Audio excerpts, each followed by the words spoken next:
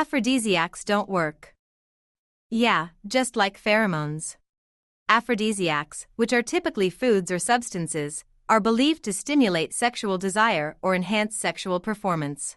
They are named after the Greek goddess of love, Aphrodite, and their origins can be traced back to ancient texts from the East. In one such text, a Greek philosopher mentions the use of specific drugs that purportedly enable one to engage in sexual activity up to 70 consecutive times.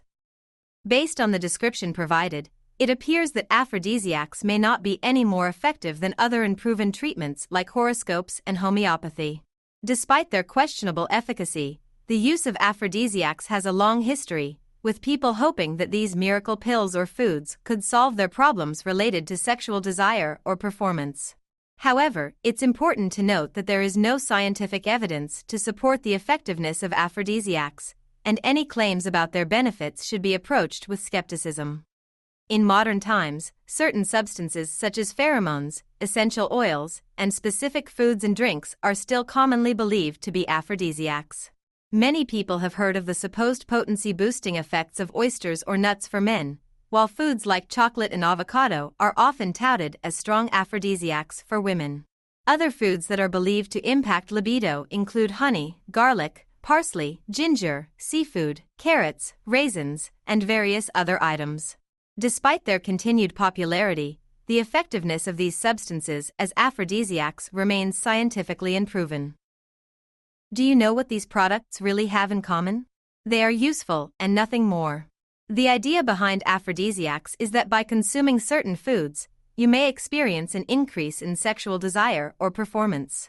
For example, choosing a white fish instead of a fatty steak may be beneficial, as it can prevent discomfort such as indigestion and bloating that can interfere with sexual activity. Similarly, incorporating foods like honey, nuts, water with ginger, and fresh herbs into your diet may improve your overall well-being compared to a diet heavy in burgers. While these substances are often marketed as having a magical or mystical effect on sexuality, their real value lies in their ability to provide important nutrients and promote overall health. There are several aromatic oils, including jasmine, musk, vanilla, ylang ylang, bergamot, and patchouli, that are often referred to as exciting or having aphrodisiac properties. However, these oils are primarily used for their pleasant fragrance, which can help lift the mood and reduce stress. It's possible that ancient people may have attributed magical properties to these scents due to the lack of regular bathing, especially among men, to prevent them from smelling unpleasant. However, there is no scientific evidence to support the notion that essential oils have any effect on libido, whether applied topically, inhaled, or ingested. Therefore, the idea that these oils have aphrodisiac properties is simply a fun theory and should not be taken seriously. Sexual desire, or libido, is influenced by a range of physiological and psychological factors. While certain foods or substances are often touted as aphrodisiacs, such as oysters, there is no evidence to suggest that consuming these foods can strengthen libido. In fact, if you don't enjoy the taste of oysters, consuming them before sex may actually have a negative effect on your libido. Rather than relying on supposed aphrodisiacs, it's important to focus on maintaining overall physical and mental health, as this can positively impact libido over time. There is a legend that suggests that gold, diamonds, and other precious stones have aphrodisiac properties. This is based on the idea that wealthy men in ancient times would gift their mistresses with these items, and in return, have passionate nights with them. However, this idea is clearly nonsensical and lacks any scientific basis. It would be equally absurd to suggest that a trip to the Maldives or owning a Porsche Cayenne could have aphrodisiac effects. The truth is that these items may be associated with wealth and status, but they have no magical or mystical powers to enhance sexual desire or performance.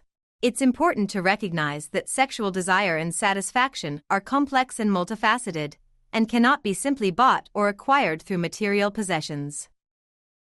To put it simply, aphrodisiacs do not have any proven effect on libido, as there are numerous factors that can influence sexual desire, ranging from stress levels to vitamin D levels.